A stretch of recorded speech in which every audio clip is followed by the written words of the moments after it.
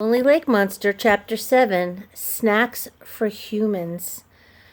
Mr. Tabby smoothed the front of his plaid vest. The previous apprentice was here one day, and the next day she wasn't here, and she hasn't been here since. He picked a stray red hair off his sleeve. Ben and Pearl watched it make its slow journey to the floor. So, yes, she is missing. When did this happen? Pearl asked. Some time ago, at our previous hospital location, Mr. Tabby opened a closet door and took out 2 white lab coats. Then he changed the subject. Your uniforms. Cool.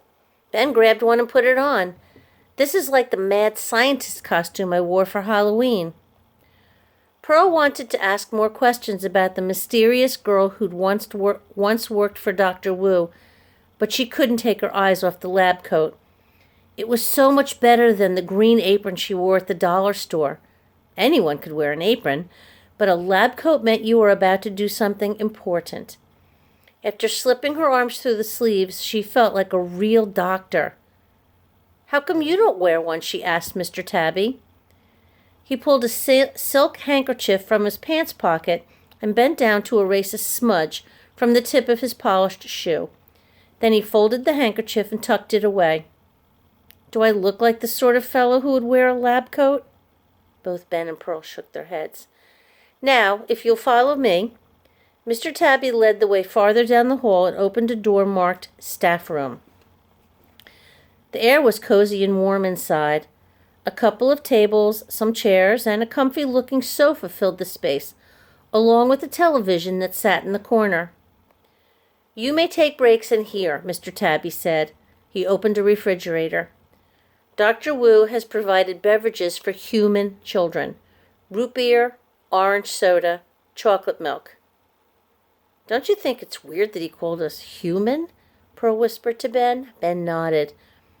The only reason to call someone else human, Pearl decided, was if you were not human. There are snacks in here. Mr. Tabby opened a cupboard.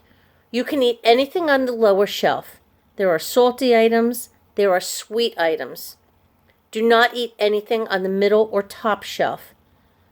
The snacks on the lower shelf are appropriate for your consumption. What's that? Ben asked, pointing to a bag that was stuffed to the brim with some kind of plant. Mr. Tabby tapped his shoe impatiently. That bag contains ivy vines, and it sits on the middle shelf. As stated a mere moment ago, do not eat anything from the middle shelf.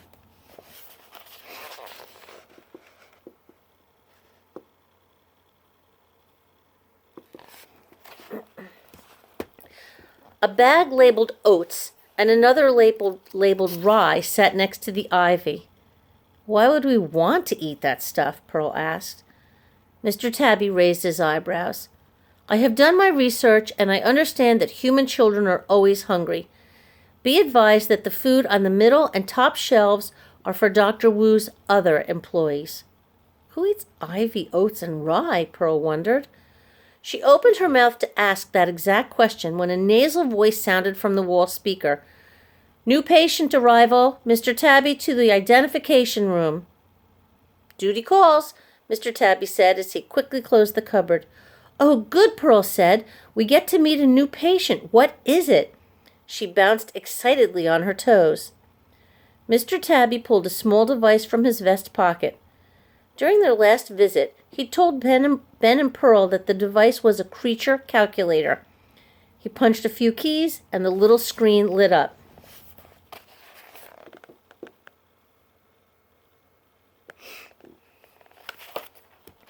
His gaze traveled across the screen. You will not be meeting the new patient. Why not? Ben asked.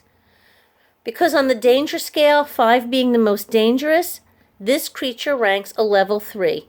You are not yet ready for a level 3 encounter. Danger scale? Ben shoved his hands into his pockets. Okay, we don't need to meet it. What else can we do? Hey, wait a minute. Level 3 doesn't sound so bad, Pearl said. Ben cleared his throat. Pearl, can I talk to you for a second? As Mr. Tabby typed on the little keypad, Ben pulled Pearl into the room's corner and whispered in her ear, "What if the other apprentice had met a level 3 creature? What if that's how she disappeared?" Pearl folded her arms and looked into Ben's brown eyes. "Maybe the other apprentice wasn't very smart," she said, her voice hushed. "I don't know about you, but I'm incredibly smart, and I can take care of myself. I'm not afraid of a level 3 anything." "You would be wise to listen to Ben," Mr. Tabby said from across the room. "You will need further training before you are ready to meet creatures that rank above level 2. "Drat," Pearl grumbled. Then she stuck out her lower lip. "And you would be wise to avoid this particular creature because it doesn't like humans." Mr. Tabby tucked the calculator into his vest pocket. "However, since things don't always go as planned around here, I suppose I should tell you about our new patient, just in case you accidentally bump into one another." Ben and Pearl held their breath in anticipation. "The new patient is a..."